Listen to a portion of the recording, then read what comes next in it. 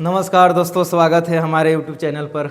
मैं आज की इस वीडियो में 1857 की क्रांति के कुछ प्रश्न लाए हैं। अब प्रश्न इतना तो लाए हैं ज़रूर कि अगर इस वीडियो का अगर प्रश्न याद रहे, पढ़ लेने से नहीं, याद रहे तो एग्ज़ाम में अच्छा किया जा सकता है। और हर एक एग्ज़ाम में 1857 की क्रांति से प्रश्न आते ही रहते हैं। तो चलिए हम इस वीडियो को स्टार्ट करते हैं। 1857 के विद्रोह की तात्कालिक चिंगारी एनफील्ड राइफल थी। तो ये भी पूछा जा सकता है, यानी कि किसके कारण हुआ था युद्ध, किसके मतलब एक क्रांति किसके कारण हुआ था। तो एनफील्ड राइफल का कारण था, जिसमें हो क्या रहा था कि सुअर और चर्बी वाले कारतूस का प्रयोग होता था। जैसे ये राइफल दिख रहा है ना, एनफील्ड राइफल का नाम जो है, राइफल का नाम है एनफील्ड। इसमें सुअर और गाय की चर्बी वाले कारतूस का प्रयोग होता था। और यह बैरकपुर छावनी के किस नंबर की इन्फेंट्री के सिपाही मंगल पांडे से शुरू हुआ है। तो यहाँ पर देख रहे हैं कि ये शुरू होने का कारण ये कुछ बातें निकल के आता है। और 34वीं बंगाल नेटिव इन्फेंट्री है ना, 14वीं बंगाल नेटिव इन्फेंट्री 29 मार्च है ना, 29 मार्च 1857। तो किस नंबर की है, तो किस नंबर के लिए प्रश्न आ गया। क्यों के जवाब होगा क्या कि ये कारण था और ये क्या था, प्रयोग होता था, मंगल पांडे शुरू किया था। ये क्या है, यहाँ से भी प्रश्न आ सकता है। तो कहीं से प्रश्न आ सकता है, घबराने की ज़रूरत नहीं है। ये 25 का मतलब हो जाएगा, यानी 75 के आसपास मल्टीप्लाई 3 कर लो, इतना जो है कि प्रश्न कवरेज हो पाएगा इसमें। 34वीं बंगाल नेटिव इन्फेंट्री है ना, 29 मार्च 1857। 1857 की क्रांति की शुरुआत औपचारिक रूप से 10 मई है ना, शुरू तो हो गया था तो मार्च में, जनवरी फरवरी मार्च अप्रैल मई, उसके बाद 10 मई 1857 को औपचारिक है ना, ऑफिशियली हो गया था ये, मतलब ये औपचारिक रूप से क्रांति शुरुआत हो गया था। सैन्य छावनी के सिपाहियों द्वारा विद्रोह करके दिल्ली कुछ करने से हुई थी। मेरठ छावनी, यहाँ पर लिखा होगा कि किस छावनी से है ना, तो मेरठ की छावनी से ही विद्रोह हुआ था, मेरठ की छावनी से।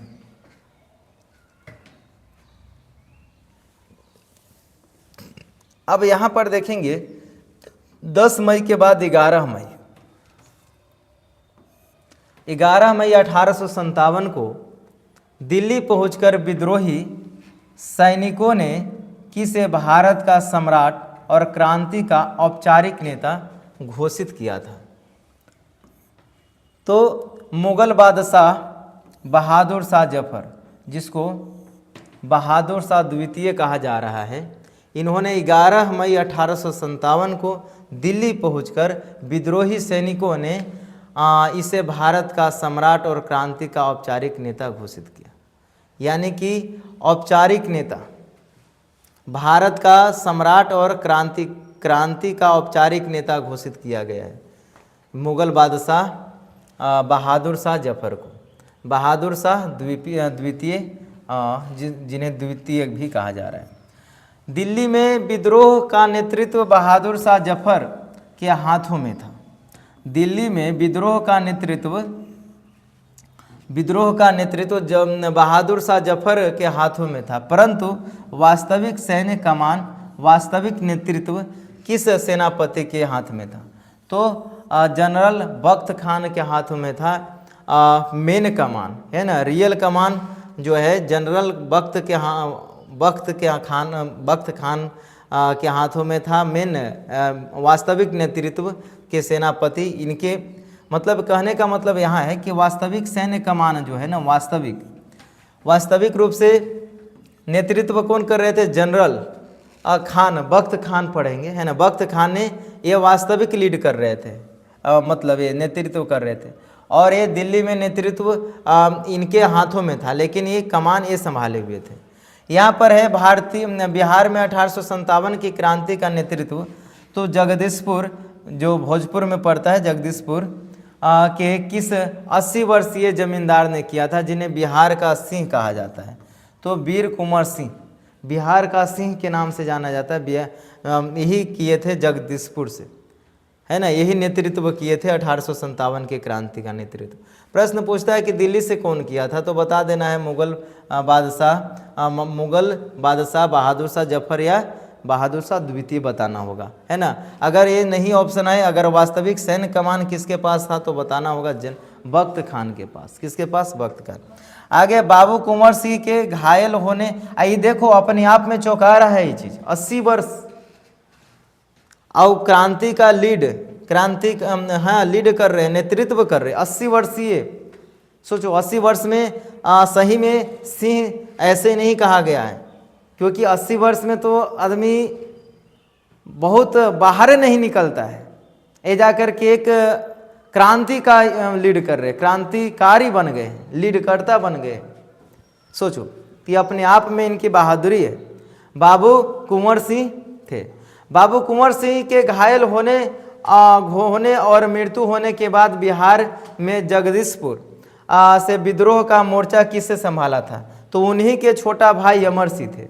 अब इनकी मृत्यु हो जाता है, क्योंकि वृद्ध अवस्था तो आ ही गया था, नहीं, मृत्यु होने के बाद इनके एक छोटा भाई है जिनका नाम है अमर सिंह, यही नेतृत्व किए थे।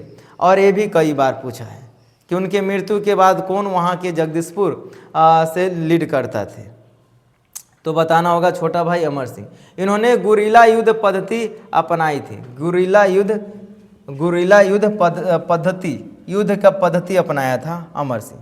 यह बिहार की राजधानी पटना में 3 जुलाई, अब मई, जून, जुलाई, तो 3 जुलाई 1857 को विद्रोह का नेतृत्व पटना में विद्रोह का नेतृत्व करने वाले वह प्रसिद्ध पुस्तक विक्रेता कौन थे जिन्हें अंग्रेजों ने फांसी दे? बाबू पीर अली जो है ना, एक पुस्तक बेचता था, लेकिन पटना से बहुत ही हेल्प किया है विद्रोह करने में, यानी कि पीर अली, इसलिए अंग्रेज ने इन्हें क्या कर दिया? फांसी दे दिया था, है ना। नाम है पीर अली। ये क्या है? पीर अली क्या है? प्रसिद्ध पुस्तक विक्रेता। ये बिजनेस था, पेपर बेचने वाला, किताब कॉपी बेचने वाला था पीर अली। चलो आगे बढ़ते हैं। कानपुर में नाना साहेब को पेशवा घोषित कर विद्रोह का नेतृत्व किया। पेशवा घोषित कर विद्रोह का नेतृत्व किया गया था। उनके मुख्य सेनापति कौन थे, जिनका वास्तविक नाम रामचंद्र पांडुरंग था? तो कानपुर, प्रश्न आता है कि कानपुर से 1857 के जो क्रांति का नेतृत्व कौन कर रहे थे, तो फिर हो जाता है नाना साहब, है ना, नाना साहब। और जो है कि इनके मुख्य सेनापति कौन था, जिनका नाम वास्तविक नाम, यानी वास्तविक मान बचपन का नाम जो होता है ना, वही वास्तविक नाम हो जाता है, फिर आगे अपना बदल लेता है, वो अलग चीज़ है। तो यहाँ रामचंद्र पांडुरंग था तात्या टोपे, इन्हीं का नाम था तात्या टोपे। तो तात्या टोपे का अगर रियल नाम पूछा जाए तो रामचंद्र पांडुरंग, है ना। तो तात्या टोपे नाना साहब के क्या था? मुख्य सेनापति था, है ना, मुख्य सेनापति था। आगे लखनऊ जो अवध में पड़ता है, वो यूपी में पड़ता है। 1857 के विद्रोह का कुशल नेतृत्व बेगम हजरत ने किया। तो लखनऊ से कौन किया बाबू? कभी कभी रियल स्थान से ही पूछ देता है कि उस स्थान से कौन किया। तो बेगम हजरत महल ने अपने किस अल्प वयस्क पुत्र को नवाब घोषित करके किया था? अब ये अपने पुत्र का नाम दे रहा है बिरजिस कादर। बेगम हजरत महल को महक परी भी कहा जाता था। महक परी, बेगम हजरत महल को महक परी भी कहा जाता था। और बिरकिस, हालांकि अल्प वयस्क बताया जा रहा है। अल्प वयस्क मतलब होता है ये कहीं ना कहीं 18 वर्ष उम्र नहीं हुआ होगा, क्योंकि 18 वर्ष उम्र होता तो ये कहा जाता वयस्क, लेकिन अल्प वयस्क कहा जा रहा है ना। तो अल्प वयस्क मतलब है, और तब जा कर के एक जो है कि नेतृत्व कर रही है, ये विद्रोह का नेतृत्व कर रही है ना। 1857 के विद्रोह का कुशल नेतृत्व कर रही है बेगम हजरत महल। आगे झांसी में विद्रोह का नेतृत्व रानी लक्ष्मीबाई, इनको नाम था मणिकर्णिका। क्या नाम था? वास्तविक नाम कहा जा सकता है इसको नहीं, मणिकर्णिका ने किया था। मणिकर्णिका या रानी लक्ष्मीबाई ने किया था झांसी से विद्रोह का नेतृत्व। 1857 के क्रांति के जो विद्रोह हुआ था उसका नेतृत्व मणिकर्णिका यानी रानी लक्ष्मीबाई ने किया था। वे किस अंग्रेज जनरल से लड़ते हुए 17 जून 1858 को ग्वालियर के पास वीरगति को प्राप्त हुई थी? वीरगति को प्राप्त हुई थी तो यह है हीरोज। क्या बोलेंगे? हीरोज एक जो है कि जनरल अंग्रेज जनरल था, है ना, हीरोज। इन्हीं के साथ जो है कि लड़ते वक्त ही 17 जून को 57 के बाद 58 में वीरगति को प्राप्त हो गई थी ग्वालियर के पास, है ना, ग्वालियर के पास। उसने कहा था कि विद्रोहियों में सोई हुई यह औरत एकमात्र मर्द है। उन्होंने कहा था कि विद्रोहियों में सोई हुई यह औरत एकमात्र मर्द है।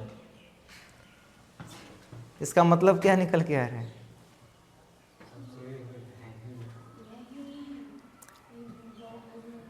अपने आप को मर्द की संज्ञा दे रही है ना, महिला होते हुए भी मर्द की संज्ञा दे रही है। आए? अच्छा, हाँ, हीरोज बोल रहा है। उसने कहा था कि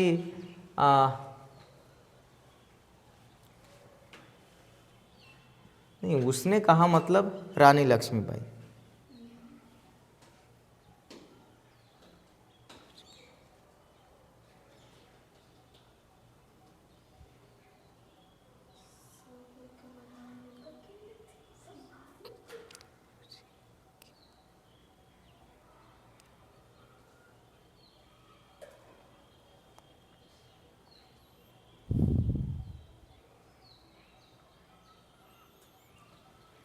अंग्रेज जनरल सर हीरोज ने, सर क्या हल लगा रहे हैं, हीरोज ने झांसी की रानी लक्ष्मीबाई की वीरगति प्रभावित होकर कहा था।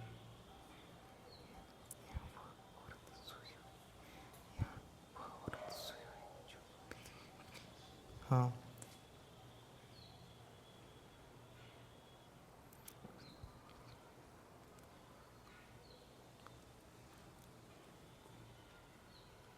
ये भी कहा था कि रानी लक्ष्मीबाई विद्रोही आंदोलन की सर्वश्रेष्ठ और सबसे बहादुर सैन्य नेता भी है ना। ये कौन कहा है? तो हीरोज ने कहा है कि उसने कहा था कि विद्रोहियों में सोई हुई यह औरत एकमात्र मर्द है ना। विद्रोहियों में सोई हुई यह औरत एकमात्र क्या है? मर्द है। तो ये बात भी यहाँ पर है। यहाँ से आगे निकलेंगे। फैजाबाद में अंग्रेजों के खिलाफ जिहाद का नारा। फैजाबाद में अंग्रेजों के खिलाफ जिहाद का नारा देने वाले और अंग्रेजों के लिए सबसे बड़े सिर दर्द बने वह प्रसिद्ध मौलवी कौन थे जिन पर 50,000 का इनाम था? तो मौलवी का नाम है अहमद दौल्लाह शाह। अहमद उल्लाह बोल सकते हैं, अहमद उल्लाह शाह, है ना। फिर से देख लेते हैं। फैजाबाद में अंग्रेजों के खिलाफ जिहाद का नारा देने वाले और अंग्रेजों के लिए सबसे बड़े सिरदर्द बने वह प्रसिद्ध मौलवी कौन थे जिन पर 50,000 का इनाम था? तो नाम है अहमद उल्लाह शाह। 1857 के विद्रोह के समय भारत का गवर्नर जनरल कौन था? तो कैनिंग था बाबू। ये बार बार पूछा जाता है कि विद्रोह हो रहा था तो गवर्नर जनरल कौन था? तो कैनिंग था, जिसे बाद में भारत का पहला वायसराय बनाया गया, है ना। पहला वायसराय बनाया, हाँ, जिससे बाद में भारत का पहला वायसराय बनाया गया। 1857 की क्रांति के समय 1857 की क्रांति के समय ब्रिटेन के प्रधानमंत्री कौन था जो लिबरल पार्टी से ताल्लुक़ रखते थे? ये भी पूछा जा सकता था कि वो आखिर था, नाम है। 1857 के समय ब्रिटेन के राष्ट्रपति कौन था? तो कहेंगे कि पामस्टन था। कौन था? पामस्टन।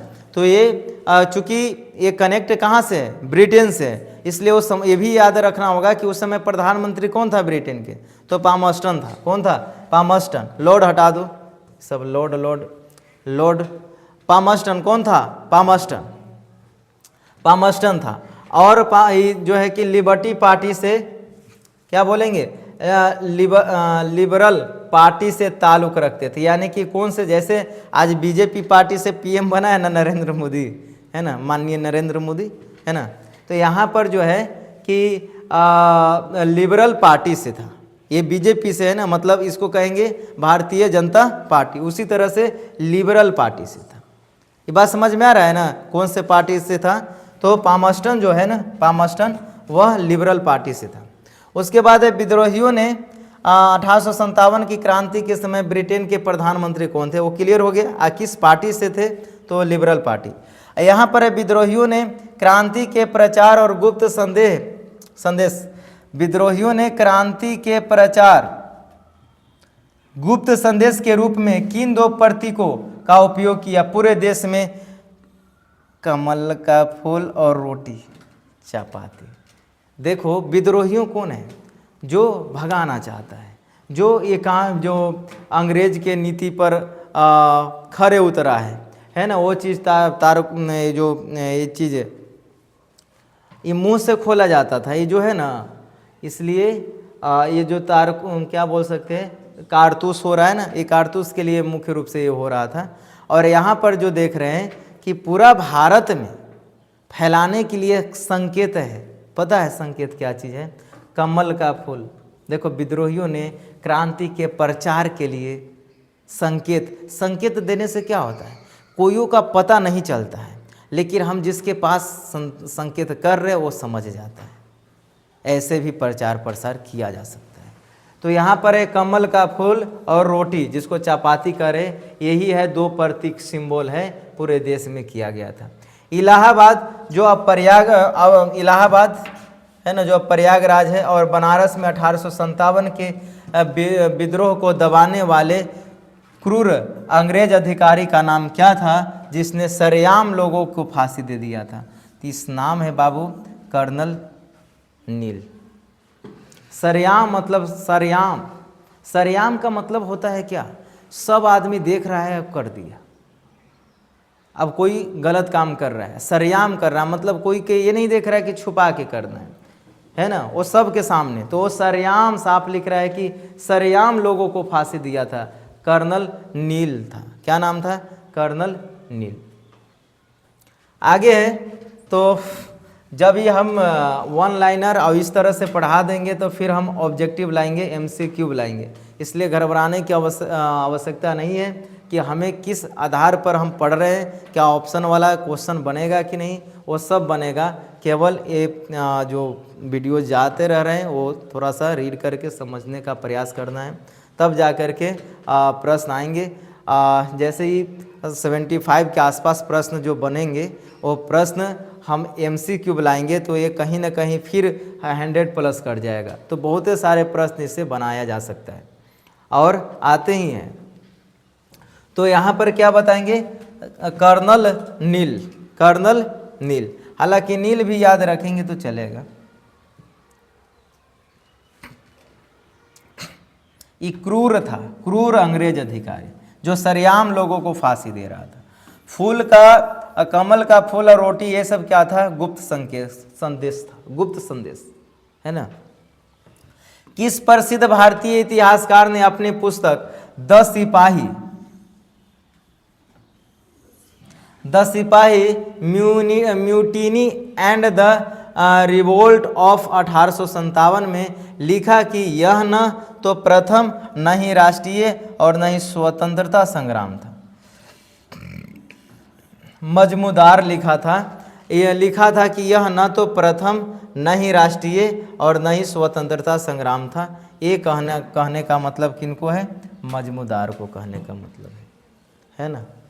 और एक पुस्तक का नाम है जिसका नाम है revolt of 1857, revolt of 1857, the सिपाही म्यूनिटी एंड रिवोल्ट ऑफ 1857। यहाँ पर है किसने 1857 के विद्रोह को भारत का प्रथम स्वतंत्रता संग्राम कहा। हालांकि ये तो नहीं है कहा था, ये भारत का स्वतंत्रता, यह बोला कि ये ना तो प्रथम स्वतंत्रता संग्राम है, न राष्ट्रीय और न ही स्वतंत्रता संग्राम, ये संज्ञा नहीं दिया। लेकिन ये जो है कि दामोदर सावरकर ने भारत का प्रथम स्वतंत्रता संग्राम की संज्ञा दी है। ये संज्ञा दिया भारत के क्या है? दामोदर सावरकर, है ना, वीडी सावरकर, जिसको विनायक दामोदर सावरकर करें, ये जो है कि भारत का प्रथम स्वतंत्रता संग्राम की संज्ञा दिया। ब्रिटिश इतिहासकार सर जॉन सीले और टी.आर. होम्स ने 1857 के गद्दर को क्रमशः क्या नाम दिया? तो पूर्णतः सिपाही विद्रोह, बर्बरता एवं सभ्यता के बीच युद्ध, ये होम्स ने दिया था। बर्बरता और सभ्यता के बीच युद्ध होम्स के द्वारा, और पूर्णतः सब सिपाही विद्रोह सीले ने बताया था, है ना। तो यहाँ पर दो नाम है, सीले और होम्स। सीले और ब्रिटिश इतिहासकार है, सीले पहला, दूसरा नाम होम्स। 1857 के गद्दर को क्रमशः नाम दिया, तो कहेंगे पूर्णतः सिपाही विद्रोह। सीले ने कहा कि यह पूर्णतः सिपाही विद्रोह है, और होम्स ने कहा बर्बरता और सभ्यता के बीच युद्ध है। एक तरफ सभ्य लोग हैं, एक तरफ बर्बरता, यानी उससे टकराव कर रहे हैं, ये चीज़ की संज्ञा देता है। आगे है 1857 के विद्रोह के ठीक बाद ब्रिटिश सरकार ने भारतीय सेना के पुनर्गठन और यूरोपीय सैनिक का अनुपात बढ़ाने के लिए किस आयोग का गठन किया? तो पील कमीशन का गठन किया जाता है। 1857 के बाद ब्रिटिश सरकार ने भारतीय सेना को पुनर्गठन, मतलब सब तो टूट फूट न गया है, इधर उधर हो गया है ना, पुनर्गठन और यूरोपीय सैनिकों का अनुपात बढ़ाने के लिए किस आयोग का गठन किया गया था? तो बोलेंगे पील कमीशन का गठन किया गया था। यहाँ पर है 1857 की क्रांति के समय, 1857 क्रांति के दमन के बाद 1 नवंबर 1857 के बाद 58 कैनिंग ने महारानी विक्टोरिया का प्रसिद्ध घोषणा पत्र बिहार उत्तर प्रदेश के पास किस शहर में मिंटो पार्क,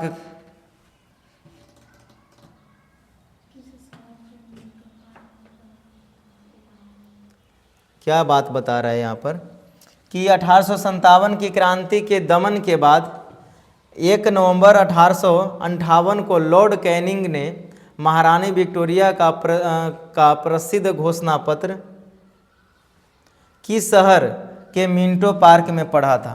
तो इलाहाबाद, है ना। और वो एरिया उस समय क्या था? उत्तर प्रदेश और बिहार के एरिया था, है ना। आज 57 के बाद है, 1857 के बाद है ना। उस समय बड़े बड़े क्षेत्र होते थे ना, आज जैसे राज बट गया वैसे नहीं होते थे। यहाँ बता रहा है कि बिहार और उत्तर प्रदेश के पास कौन सा ऐसा शहर था, मिंटो पार्क पड़ा था, है ना, इलाहाबाद, जिसको प्रयागराज कहा जा रहा है ना। आगे है महारानी विक्टोरिया के घोषणा पत्र के तहत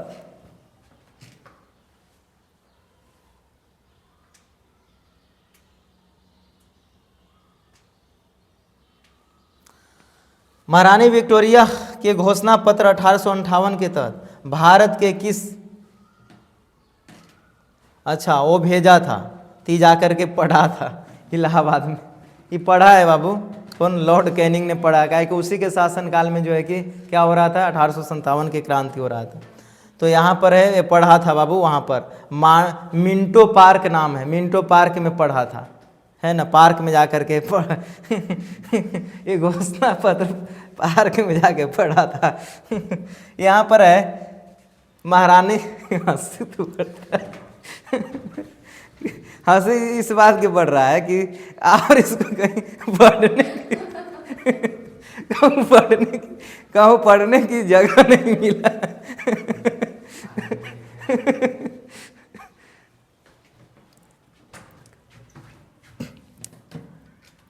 घोषणा पत्र 1858 के तहत भारत के किस बड़ी व्यापारिक संस्था का शासन पूरी तरह समाप्त कर शासन सीधे ब्रिटिश क्राउन के हाथ सौंपा गया? तो ईस्ट इंडिया कंपनी के शासन समाप्त हो जाता है। ईस्ट इंडिया कंपनी का शासन क्या हो जाता है? समाप्त। अच्छा, ईस्ट इंडिया कंपनी के शासन से पहले जैसे ही विक्टोरिया, अब ये क्या हो गया ना, अब सीधे कंट्रोल कौन कर रहा है पता है? सीधे कौन? अब सीधे कंट्रोल ब्रिटेन से हो रहा है। अब भारत में कोई ऐसा संरचना ही है, कोई ऐसा अंग तंत्र नहीं है जो अभी चला रहा है। अब डायरेक्ट वहीं से भेजेगा, वहीं से लोग यहाँ पर चला रहा है। तो थोड़ा सा ये तो हुआ कि अब दूर चला गया है, वहाँ से चला रहा है, तो धीरे धीरे कमज़ोर होते गया। और यहाँ पर तो यहाँ पर क्या है आगे देखिए, तो ये चीज़ जो है पत्र जो भेजा गया था 1858 में, और ईस्ट इंडिया कंपनी के पूरी तरह बैन कर दिया गया, पूरी तरह समाप्त कर दिया गया। तो ये पूछा जाता है कि ईस्ट इंडिया कंपनी को किस वर्ष जो है कि पूरी तरह महारानी विक्टोरिया के घोषणा पत्र में ईस्ट इंडिया कंपनी को पूरी तरह समाप्त करने की घोषणा किया? तो ये बता सकते हैं 1857 में, चूँकि ये चल ही रहा था विद्रोह, 58 में घटना हो जाता है। और अब पूरी तरह, अब यहाँ पूरी समाप्त होने के बाद सीधे ब्रिटिश क्राउन को सौंपा गया शासन। असम में 1857 की क्रांति का नेतृत्व, असम में 1857 की क्रांति का नेतृत्व वहाँ के किस प्रसिद्ध दीवान ने किया था, जिन्हें बाद में अंग्रेजों ने फांसी पर लटका दी? इतना क्रूर था ना ये सब। अब देखो यहाँ पर, हालांकि अभी एक जगह पढ़ रहे थे कि पीर अली कमीशन, तो ये तो बाद में ना बैठा है, क्या नाम था जो सरेआम फांसी दे रहा था? अली। और वो कहाँ पर, कौन से एरिया में? लखनऊ। हाँ जी,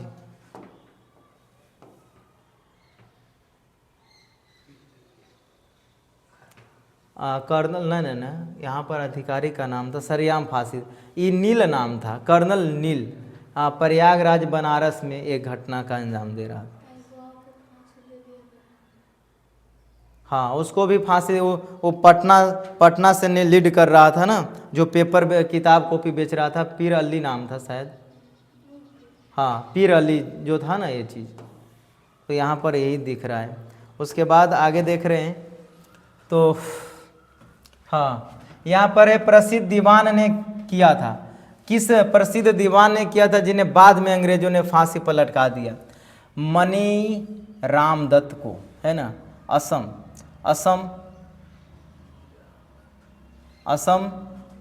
असम से लीड कर रहा था, इस क्रांति का लीड कर रहा था बाबू मनीराम दत्त, है ना। मनीराम दीवान भी कहा जाता था इनको। राजस्थान के किस प्रमुख केंद्र में विद्रोह का नेतृत्व जयदयाल और हरदयाल नामक दो भाइयों ने स्थानीय सेना के साथ मिलकर किया? वहाँ के जो स्थानीय सेना थे उनको सपोर्ट से ये क्रांति मतलब कह सकते हैं कि क्रांति या फिर विद्रोह किया था। और नाम है दयाल, जय और हरदयाल, जय दयाल और हरदयाल, ये दोनों अपना भाई है ना। और यहाँ पर ये दोनों भाइयों ने स्थानीय सेना के साथ मिलकर ये किया था, और ये राजस्थान से किया था। मनीराम दत्त जो था वो असम से किया था। तो ये चीज़ें पूछा जाता है। किस उर्दू कवि प्रसिद्ध उर्दू कवि कौन थे जिन्होंने 1857 के खूनी विद्रोह और दिल्ली में मचे कत्लेआम को अपनी आँखों से देखा था और अपनी डायरी में दर्ज किया था? मिर्जा गालिब। देखो रे, यहाँ पर कत्लेआम मतलब मचे, यहाँ खूनी विद्रोही। प्रसिद्ध उर्दू कवि ये मिर्जा गालिब जो था प्रसिद्ध उर्दू कवि था। हालांकि कहीं हम एग्जाम में देखे हैं तो ये चीज़ मिला है, मिर्जा गालिब, ये ध्यान देना है, प्रसिद्ध उर्दू कवि था। यहाँ पर बाबू कुंवर सिंह ने किस अंग्रेज कैप्टन की सेना को पूरी तरह पराजित किया था, जिसके बाद में अंग्रेज सेना को पीछे हटना पड़ा था। डनबर है ना, कैप्टन डनबर, ये पूरी तरह से हिला के रख दिए थे, उसके बाद उसको पीछे हटना पड़ा था। डनबर को डर गया था, डनबर को डर गया, अब पीछे हट गया, है ना, तो डनबर।